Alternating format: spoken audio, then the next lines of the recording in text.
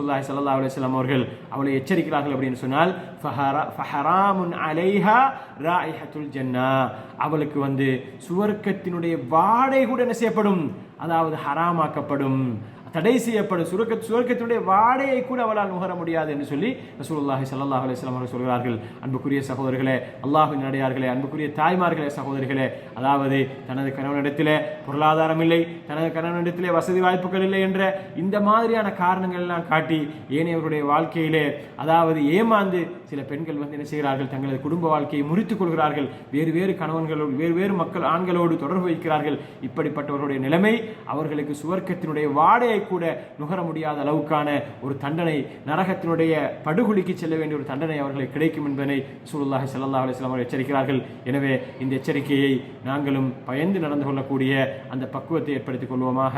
ஹாதா மா இன்தி வல் இல்மு இன்தல்லாஹ் வஸ்தக்ஃபிருஹு இன்னஹு கஃபூருர் ரஹீம்.